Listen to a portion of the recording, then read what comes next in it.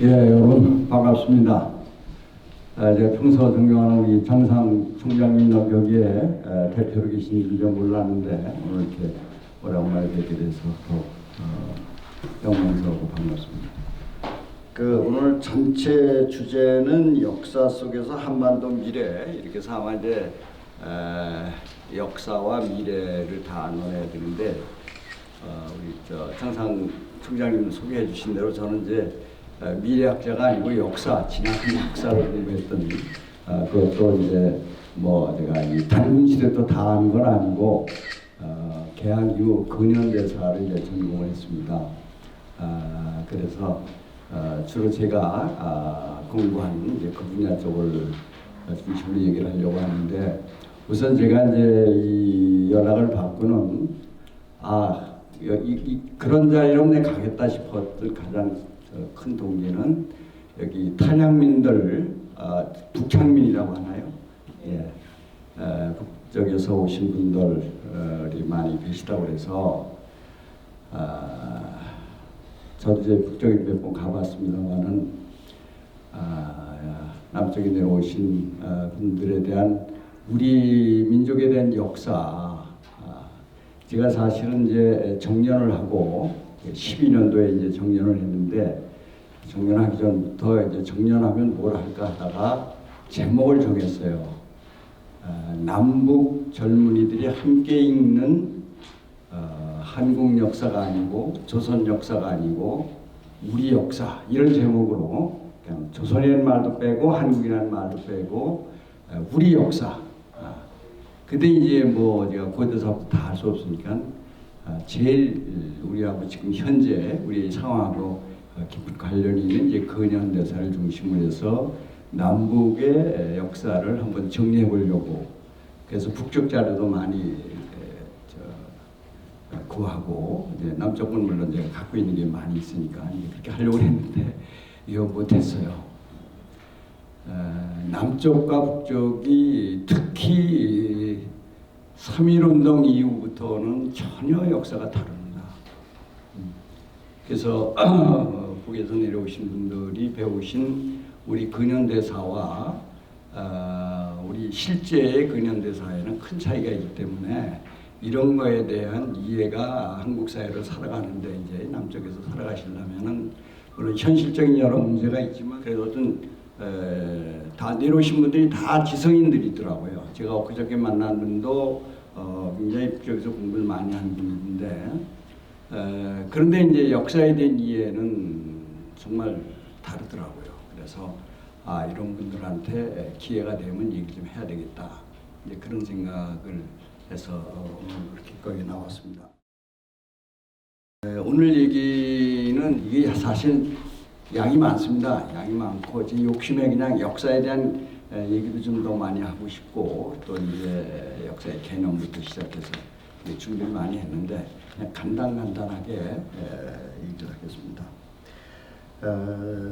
제 오늘 얘기는 우리 한국 근현대사를 자성적인 입장에서 그 말이 좀 어렵다면은 좀 고백적인 입장에서 좀 비판적으로 얘기하려고 합니다.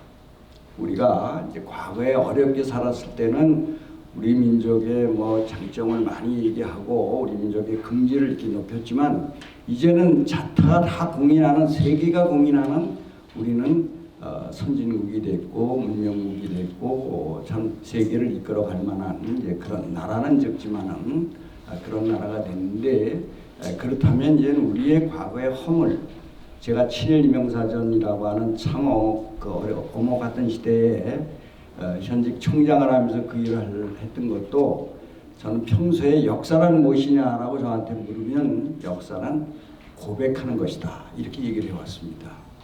그래서 저는 이제 고백사관이라고 제가 스스로 얘기를 하는데 우리가 민족의 어떤 우리의 자긍심을 키워주는 것도 좋지만 우리의 허물도 솔직히 이제 역사화해야 한다.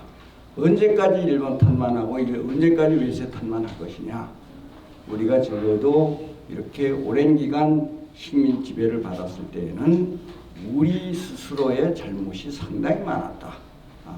그런 점을 그런 시각에서 친일명사전도 일본만 탓하는 것이 아니라 우리 스스로의 내재적인 여러 가지 잘못이 있었던 점 이런 것들을 고백하고 그거를 역사화해서 역사라는 게 이렇게 준엄하구나.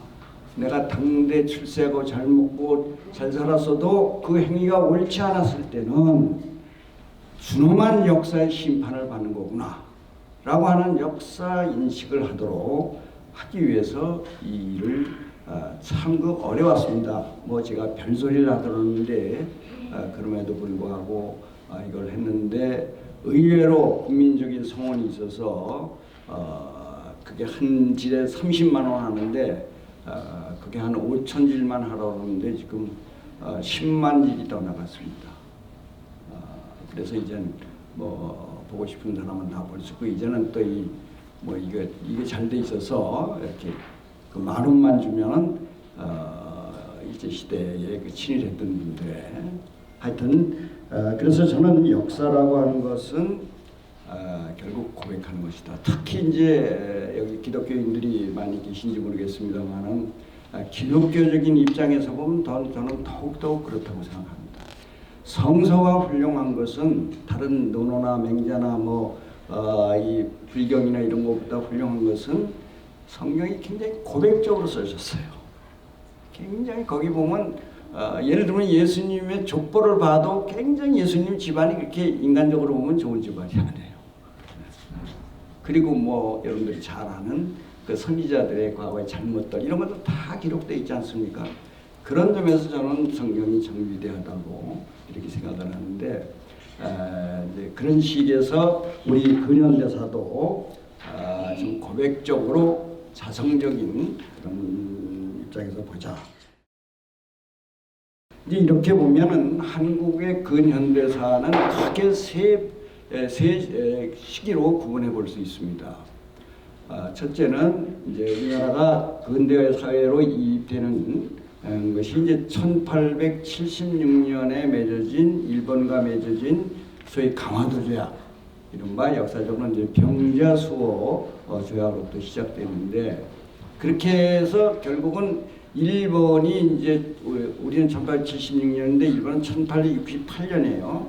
그러니까 우리보다 한 10여 년 정도도 그 정도 빨리 했는데 일본은 확 올라가서 말하자면 동양이 제일 강대 국가가 됐을 뿐만 아니라 2차 대전까지 일으키는 그런 나라가 됐는데 우리는 이제 쪼그라들었단 말이에요. 이 출발이 이제 시작이 반이라고 시작이 참 중요한데 어쨌든 1876년에 개항이 돼가지고 일본은 부국강병, 대외적으로는 부국강병, 그다음 내적으로는 문명대화 이런 두 개의 캐치프레이즈를 확실하게 내걸고 이 근대화를 추진했는데 우리는 사실 그런 어떤 지향하는 점을 확실히 잡지 못하고 자율적이 아니라 타율적으로 강제로 말하자면 우리가 개항이 됐어요.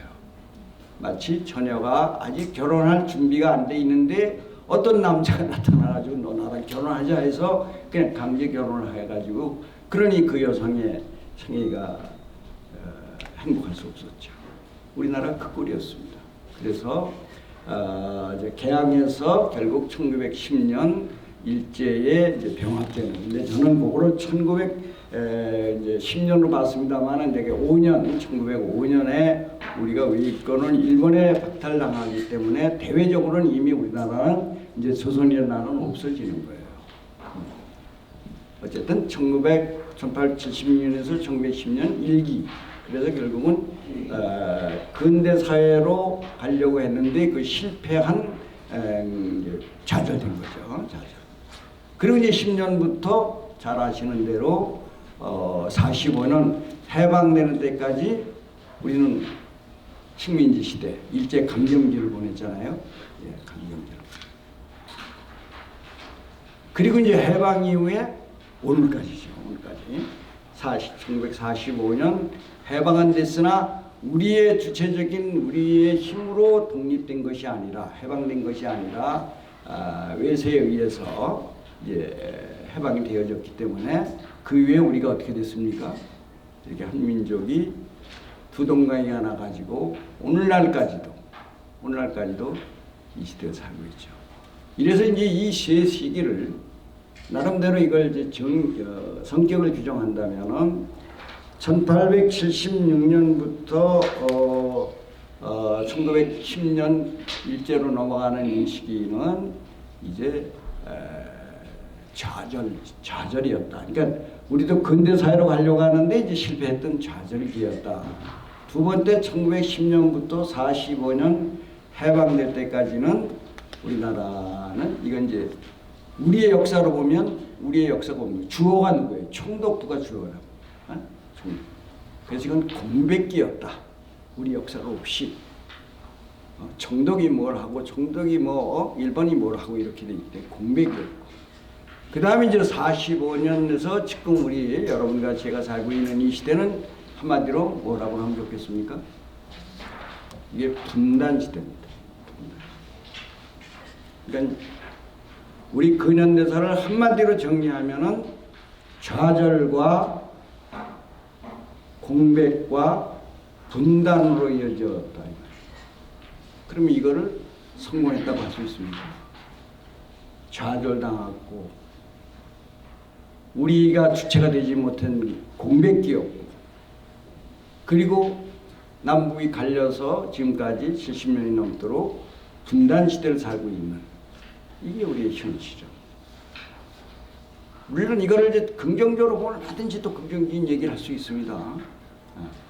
그러나 우리가 자성적인 입장과 고백적인 입장에서 본다면은 우리 근현대사는 이렇듯 좌절과 공백과 분단으로 이어진 아픈 역사였다. 부끄러운 역사였다. 이런 거에 대한 역사 인식을 갖는 게 중요하다. 물론 이 안에 우리 상당한 나라를 만들었습니다. 그렇죠?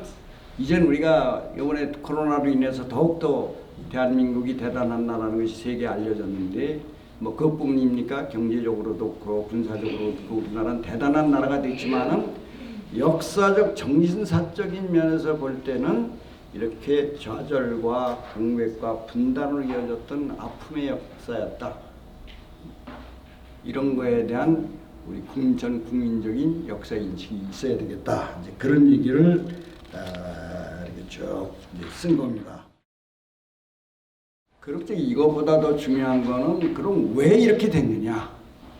왜 우리는 일본과 몇 년 차이뿐이 안 나는 그런 근대 사회로 우리로 들어갔는데 왜 우리는 일본의 식민지가 그것도 우리가 이렇게 쪽발이라고 늘 세계사와 일본을 이렇게 무시하는 나라는 대한민국뿐이 없습니다. 아까 장장 총장님도 얘기하셨지만 일본 사람들, 외국 사람들 상당히 좋아하죠. 친절하니까. 근데 그 혼내를 절대 안 내놓죠. 근데 그럼 어쨌든 우리나라가 왜 이렇게 실패라고 할까, 좌절이라고 할까, 이런 그 근현대사를 지내야 되느냐, 언제 어떤 일이 일어났느냐 하는 거 태정태세 여러분들 다 배웠잖아요. 그 소용없어요. 요새는 다 네이버 치면 다 나와. 이제 그걸 파스 의미가 없어. Why? 왜? how 어떻게 해서 그런 일이 생겼는가? 그런 인식을 해야 돼. 근데 그런 건 네이버에 안 나와. 그러니까 이런 강연을 들어야 돼. 책을 봐야 돼. 왜 그랬을까? 여기에는 첫 출발이 잘못됐습니다. 1876년 2월 27일 날 이제 강화도에서 개학을 체결을 하는데 일본에서는 쿠로다 기요다카라는 사람하고 이노우에 가오라는 사람이 왔고 우리나라에서는 이제 또 두 분이 이제 나가서 했는데 이게 이제 13개 조항을 일본에서 만들어 가지고 왔어요. 근데 이제 실제 내용은 12개 조항으로 이제 그 병자수호조 강화도 조약이 체결됐는데 이게 1조가 대조선은 대일본과 동등한 권리를 가지며 자주지방국이다, 그러니까 자주독립국이다 이렇게 돼 있어요.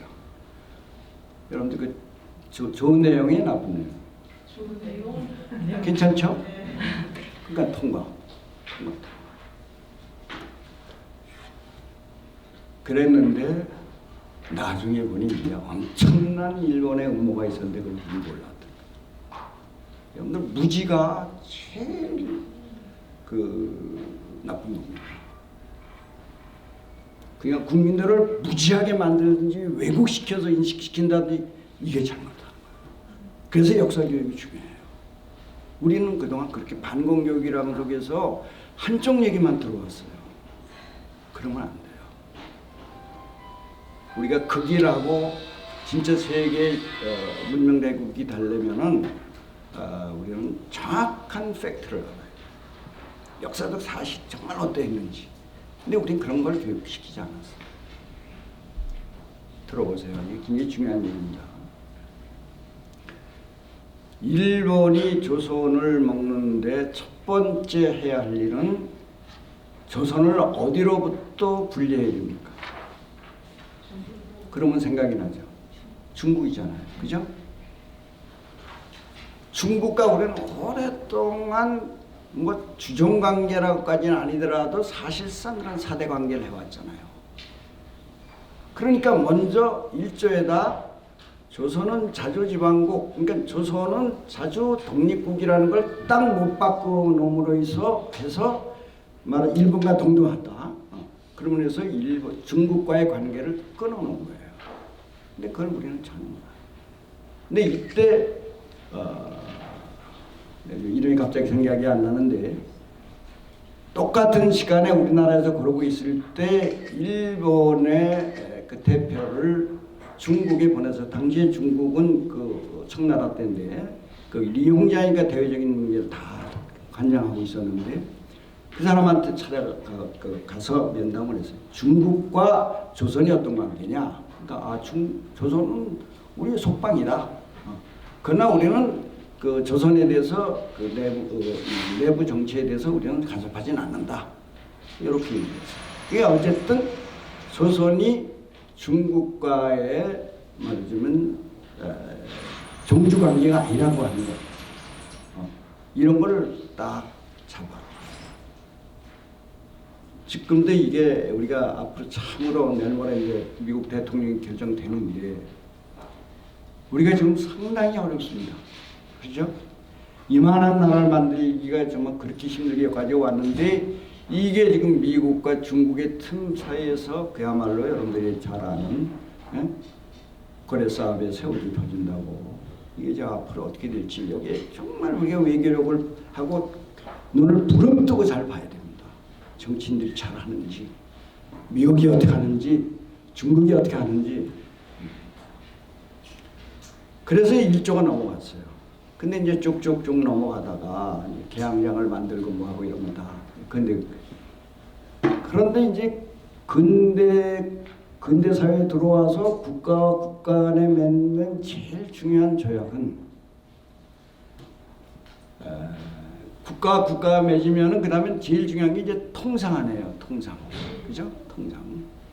지금도 FTA니 이런 게 다 통상이게 무관세가 됐지만 이때도 이 통상 문제에 대한 정의에 들어가면 뭐를 정해야 됩니까? 관세를 정해야 됩니다. 관세를 몇 프로 하느냐. 그래서 이때 이제 일본에서는 조선에서 이거 상당히 많이 달라고 할 거다.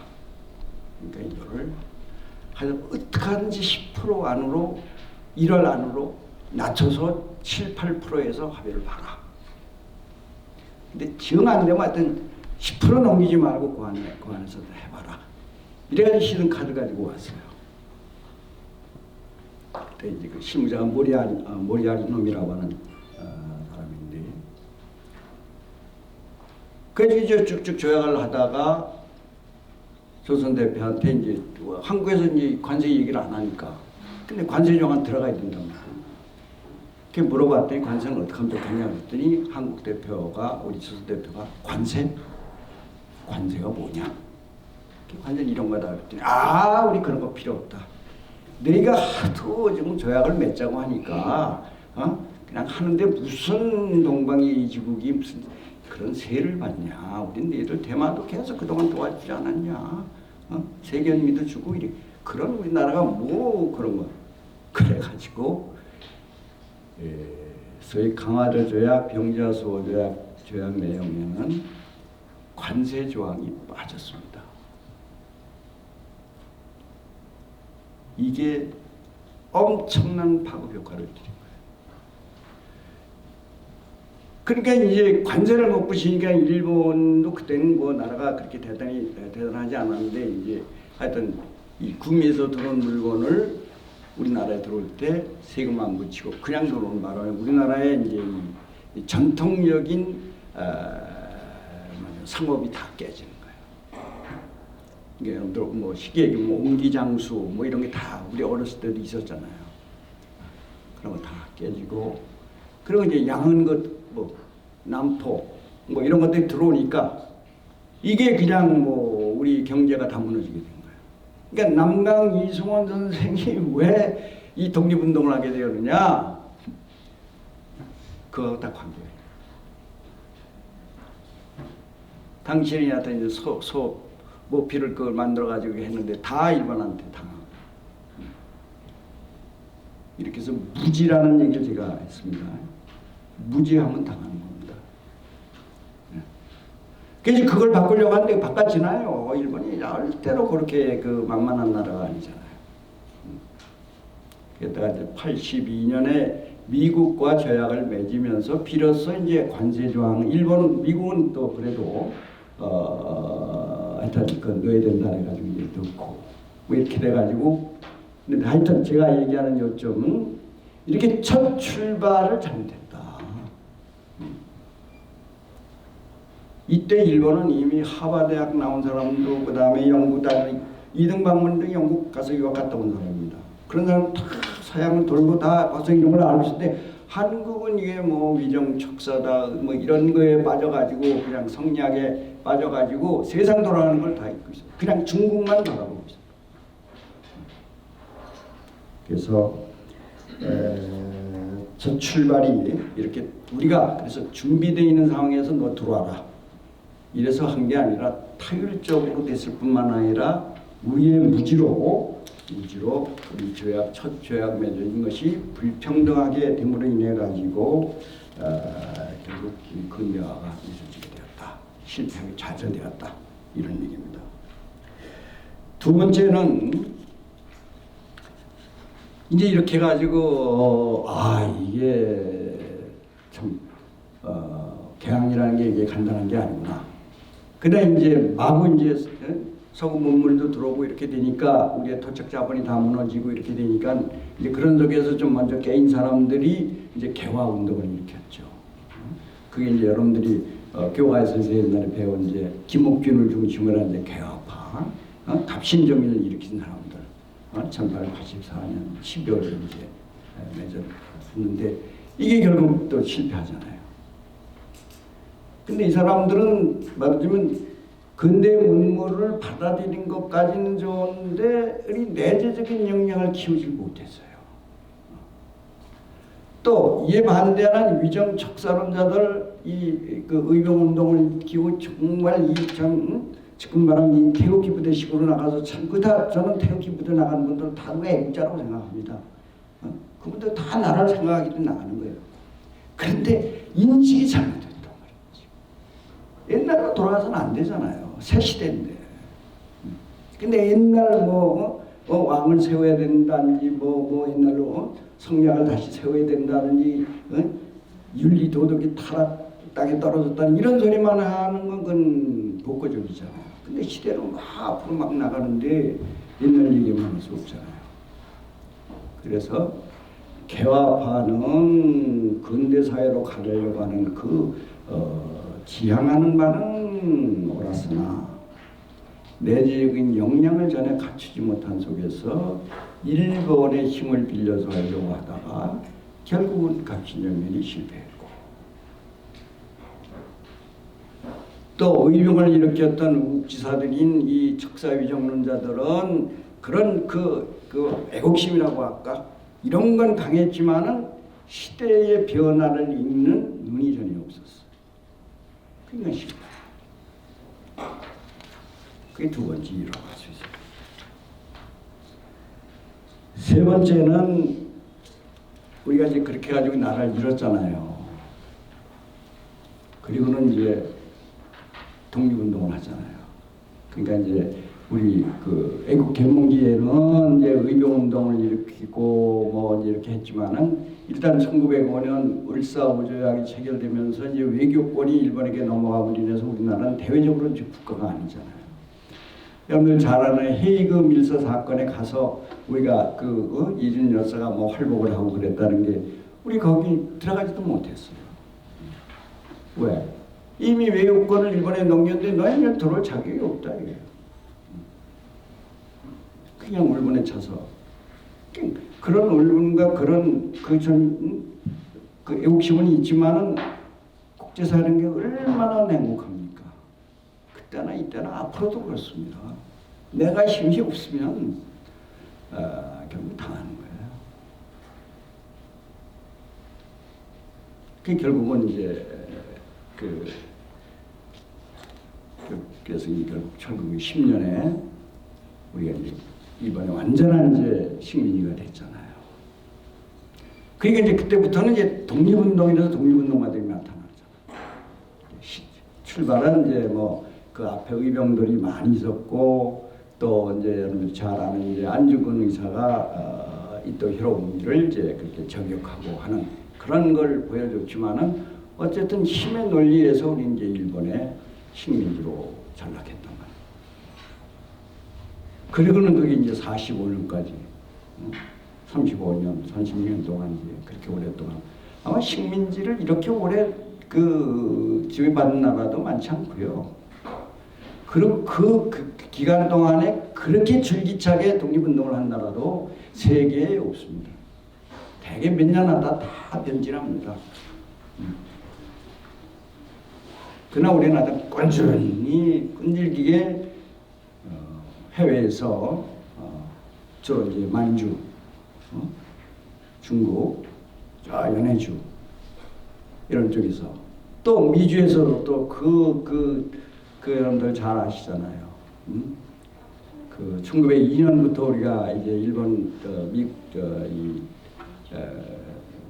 남미로 멕시코로 이제 노동 이민을 가기 시작해가지고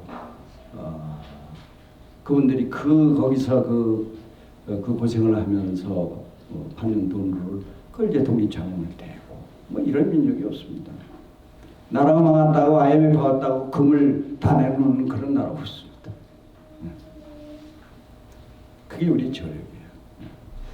아무튼 그렇게 이제 독립운동을 했는데 이것도 조금 비판적인 입장에서 보면 너무 단파성이 강했어요. 어찌됐든 이제 이렇게 하다가 1910년 일제 식민 통치를 이제 받다가 10년이 흘른 게 이제 1919년 3.1운동 터지기 전인데 작년에 3.1운동 100주년이 돼서 제가 이제 뭐 하여튼 여러 군데 다니면서 강연을 했습니다만은 그 중에 이제 좀 여담인데 미국 그 존 홉킨스 대학에 가서 그 미국의 독립선언문과 우리나라의 기미 독립선언문을 비교해서 발표했어요.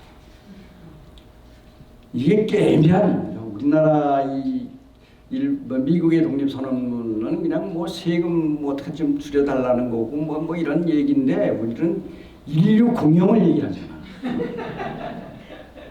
우리나라 나라는 적지만은 스케일이 그래서 우리는 이럴 따라다. 그 미국 학자들이 웃더라고. 물론 이제 통역을 했죠. 나는 뭐 영어를 못하니까. 아무튼 그런데 이제 이렇게 대단한 민족인데 이게 열심히 있는 만큼 이게 또 단파성이 강해요. 하여튼 3.1운동이 일어나가지고 그 결과로 바로 한 달 만에 상해 이제 임시정부가 수립이 됐잖아요. 그런데 이 안에 하여튼 뭐 지역별로 또 인연별로 너무나 이게 심했어. 당파성이 강했어. 근데 이것도 물론 좋은 점이 있습니다. 자기 주장이 강하다는 건 좋은 거예요. 근데 때로는 경청을 해야죠. 되는데 한번 우리는 이렇게 틀렸다 나랑 다르다 그러면 탁 돌아서면 다시 안 가. 그러면 안 되거든요. 그래서 너무 결국은 이게 그 파당성이 너무 강해서 그리고 이게 하나의 힘을 집결하지 못했다는 거예요. 이게 이제 좀 자성적인 입장, 고백적인 입장에서 우리 역사에 이게 좀 좌절된 이유 중에 하나다 이렇게 저는 보는 거죠. 뭐 이때 뭐 창조파, 개족파, 뭐 이간의 그런 얘기를 다 하려면 이제 글은 한번 쭉 읽어보세요. 읽어보면 아마 여러분들이 도움이 많이 될 겁니다.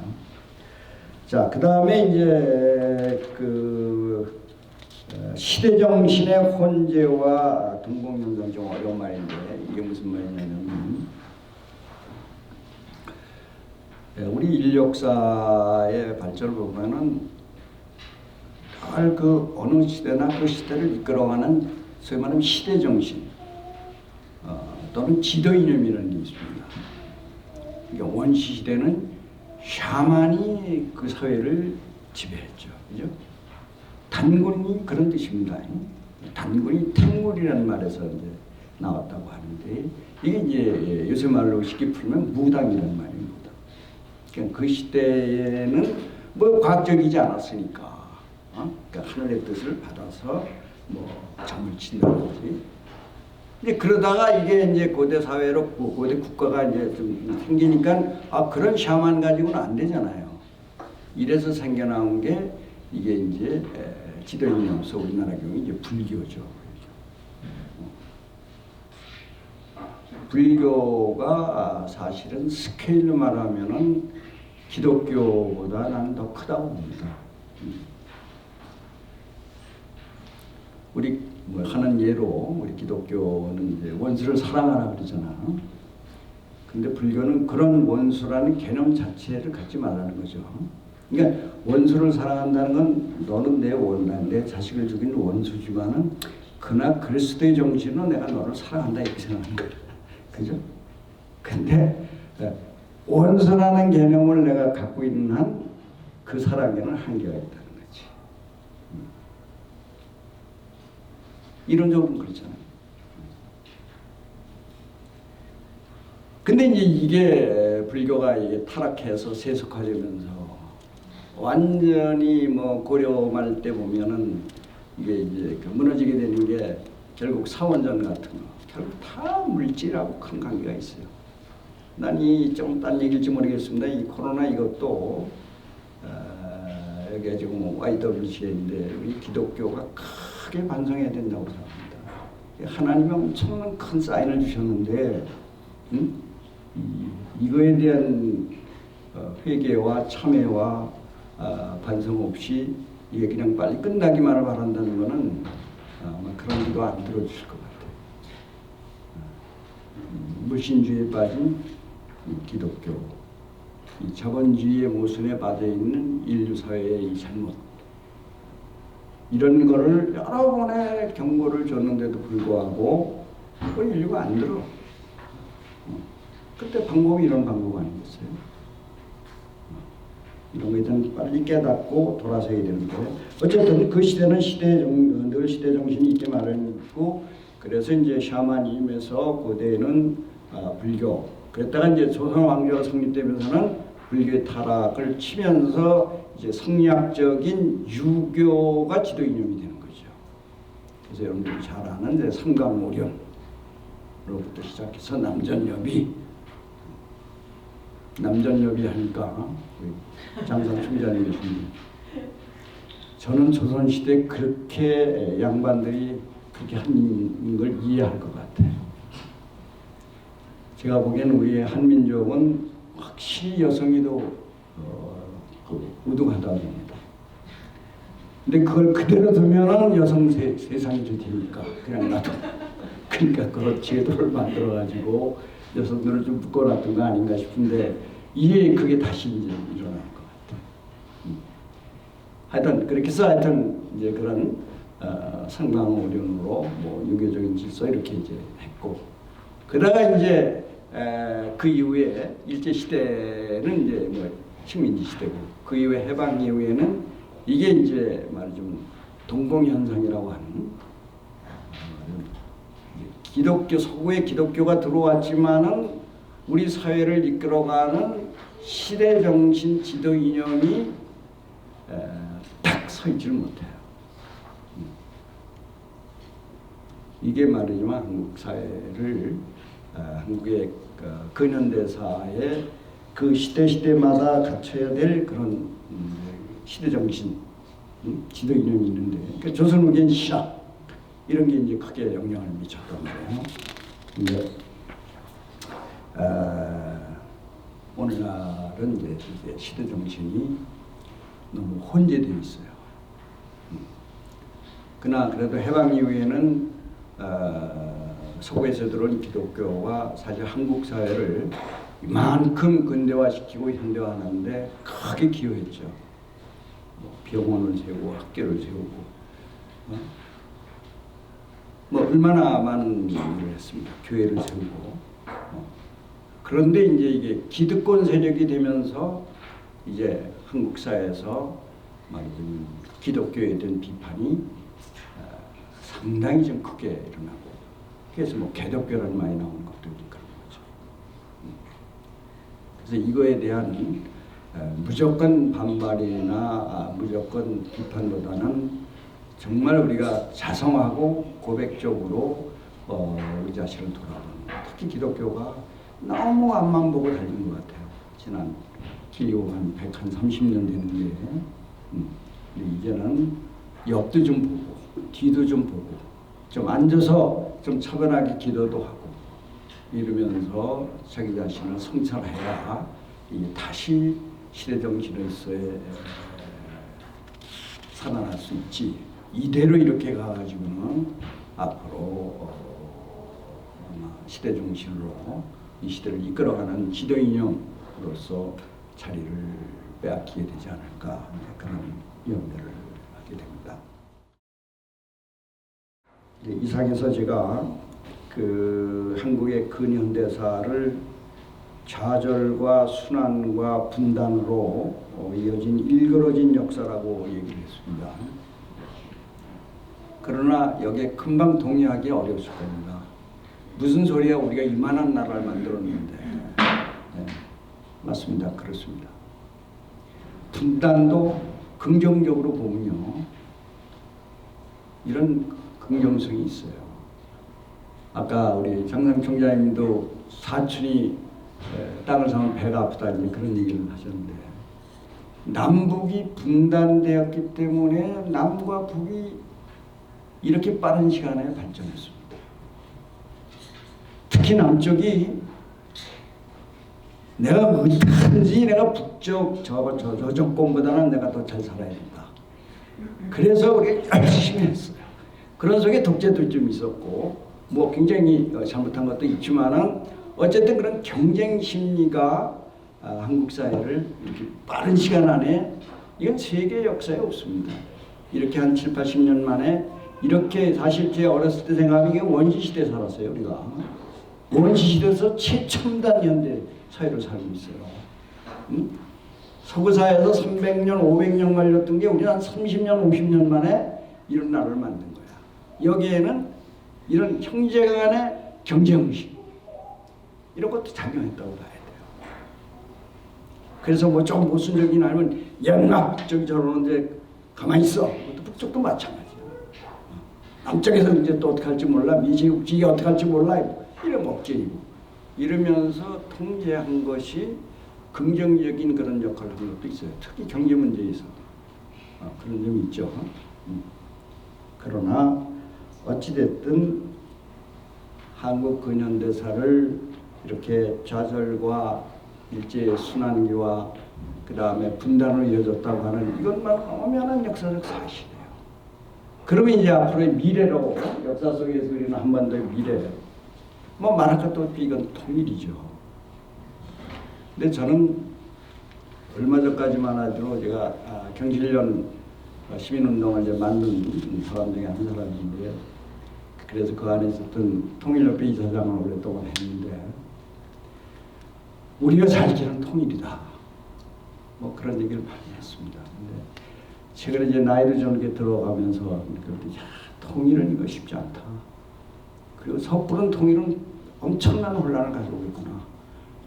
이런 생각이 들어서 요새는 한반도 중립화를 추진하는 그런 지금 모임을 우리 뜻있는 사람들이 만들어가면서 그걸 지금 하고 있습니다.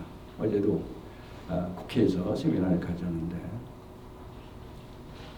뭐냐면 이 한반도가 이게 지정학적으로 이게 성경에 나온 걸 보면 참 보암직도 하고 마음직스럽게 생깁니다. 그래서 이 우리나라의 한반도 여놓고 위로 옆으로 하여튼 이렇게 강대국이 쌓여 있잖아요. 근데 이 지정학적인 이걸 어떻게 바꿀 수가 없어요. 어디 뭐 태평양상에 어디 갖다 놓을 수도 없고 우리는 여기서 살아야 되는데 그래 하여튼 이 한반도가 이렇게 중요한 위치에 있다는 거예요. 지금도 뭐 똑같지 않습니까? 우리가 중국과 지금 미국 틈바구니에서 이게 지정학적인 위치. 그런데 이걸 또 이렇게 비관적으로 비극적으로만 볼 것이 아니라 이걸 긍정적으로 보면 그만큼 한반도가 이 동아시아의 평화와 세계 평화에 중요한 역할을 할 수 있는 그런 아주 좋은 위치에 있는 거예요. 우리가 어느 쪽에 가느냐 하는 게 상당히 중요해요. 그렇다면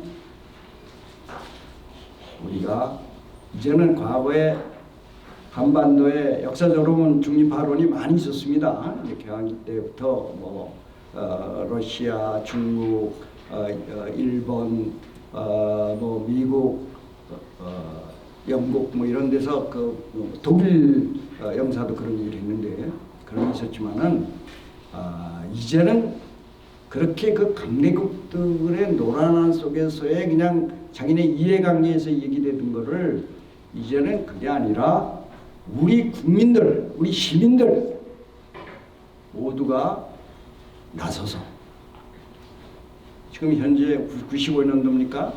우리 남과 북이 다 유엔에 가입된 독립된 국가예요. 그렇죠? 독립된 국가입니다. 그러니까 우리는 이제 북한을 국가로 인정 안 할 수가 없어요. 다 세계가 인정하는 국가인데. 그래서 서로가 서로를 인정하면서 적어도 전쟁이 한반도에서는 다시 일어나지 않는 그리고 강대국의 그런 열강들에 이용당하지 않는 그런 방법이 뭐겠냐. 이거 중립하다. 한반도를 중립하다. 정치적으로 이념적으로 중립화시키자. 그렇게 해가지고 앞으로 미래는 정말 한반도에서는 다시는 전쟁이 옵니다. 전쟁은 비참한 겁니다. 다시는 동족 간에 총불을 대고 싸우는 일이 없도록 하기 위해서는 우리가 내적인 역량, 힘을 키워서 우리 스스로 그러니까 2차 대전 이후에 저거 작은 나라들이 중립화된 나라들이 여러 나라 있는데 스위스, 스웨덴 뭐 이런 거 오스트리아도 내가 대표적인 얘기인데 저는 그 오스트리아가 중립화된 과정을 보니까 거기에 예술이 그렇게 발달했기 때문에 그거를 이 동대국들이 인정을 했더라고요. 그 유명한 뭐죠 이름은 다 모릅니다만한 뭐 음악가라든지 뭐 이런. 근데 우리나라가 지금 얼마나 예술적으로 문화적으로 대단한 나라입니까? 저는 오래전부터 대학 때부터 그런 생각을 했어요. 우리 한국이 왜 이 조그만 나라가 이렇게 존재할까? 저 큰 몽골 같은 저런 배제국도 망하고 그랬는데 왜 이 조그만 코리아가 이렇게 존재할까? 이게 하나님의 뜻이 어디 있을까? 이게 뭐에 대한 미션이 있을까? 이런 생각을 좀 많이 했어요. 그 미션이 저는 바로 문화라고 생각합니다. 근데 그게 좀 맞아가고 있잖아요. 난 경제대국 아니라고 봅니다. 군사대국 아닙니다. 우리 코리아가 이 세상에 이 지구상에 존재할 가장 큰 이유는 문화 면에서 인류에 기여할 수 있는 독특한 탤런트를 갖고 있다고 생각합니다. 그게 증명이 되고 있습니다. 이번에 얼마 전에도 세계 언어학계 무슨 대회가 있었는데 세계에서 제일 과학적이고 아름답고 제일 표현력이 많은 그 언어가 코리아 한글로 1위를 차지했더라고요. 여러분들 저 열어보세요. 나올 겁니다. 한글만 유명합니까? 그걸로 인해서 우리가 지금 뭐 영화, 기생충, BTS 이런 등등을 보면은 한국은 예술적인 면에서, 문화적인 면에서, 종교적인 면에서 엄청난 탤런트를 갖고 있는 민족이에요. 그래서 이거를 잘 키워나가면은 나라는 적지만 세계 인류 속에 크게 기여할 수 있는 민족이라고 생각합니다. 거기에 이제 같은 동족끼리 총불이 되고 싸우는 놈들, 니들이 그래 니들이 무슨 문화민족이냐? 난 이런 소리만 좀 안 들었으면 좋겠어요. 그러려면은 남과 북이 어떻게든지 하나가 되고 서로가 조금 지배층에서 기득권을 좀 내려놓고 이렇게 해서 남북이 통일되는 그날은 좀 멀리 있다 하더라도 그런 걸 만들어내는, 그런데 이제 바로 우리 이 모임 여기에 참석하신 모든 분들이 통일이 하면서 우리 각자가 분명한 역사의식을 갖고, 그리고 내가 지금 현재 무엇을 해야 될 것인지, 제 뒤에다가 조금 딴소리를 썼는데 나는 여러분들이 한국에 와서 뭐 여러 가지 어려움도 많겠지만 우리 한국인의 그런 그 정, 한국인의 그 따뜻함, 한국인이 갖는 그런 그 부드러움, 이런 것들을 잘 지키면 좋겠다 하는, 내가 옛날에 들은 얘기인데요. 한 제자가 선생님한테 찾아왔어요. 그래서 선생님, 사람이 살아있다는 것과 죽었다는 것이 어떻게 다릅니까? 이렇게 물었대요. 그러니까 그 선생님이 살아있다는 것은 따뜻한 것이고 부드러운 것이다 이렇게 얘기했어요. 여러분들 이해가 됩니까? 모든 생명체는 죽으면 차가워집니다. 그죠? 모든 생명체는 죽으면 뻣뻣해집니다. 근데 그렇기 때문에 살아있다는 것은 뻣뻣하지 않고 부드러워야 돼요. 그리고 살아있다는 것은 따뜻해야 돼.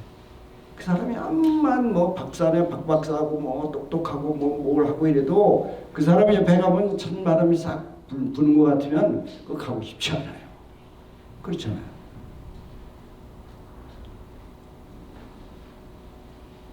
기독교에 나오는 그 성령의 열매 8가지 중에 온유라는 말이 있어요. 온유. 그게 바로 따뜻할 온자의 부드러울 유자입니다. 여러분들 유도하잖아요. 유도가 힘으로 하는 게 아니에요. 부드럽게 넘기는 거예요. 그래서 유도야. 따뜻해야 돼. 온유한 사람이 하늘나라를 본다고 했어요. 여러분들은 참 엄혹한 때입니다. 지금 코로나로 엄혹한 때인데 이럴 때일수록 서로 간의 정을 잘 나누고 그러면서 틈틈이 공부하세요. 책 많습니다. 한국에 책.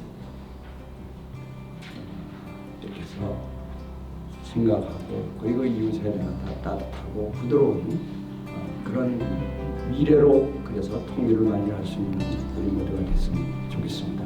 예, 경청해 주셔서 고맙습니다.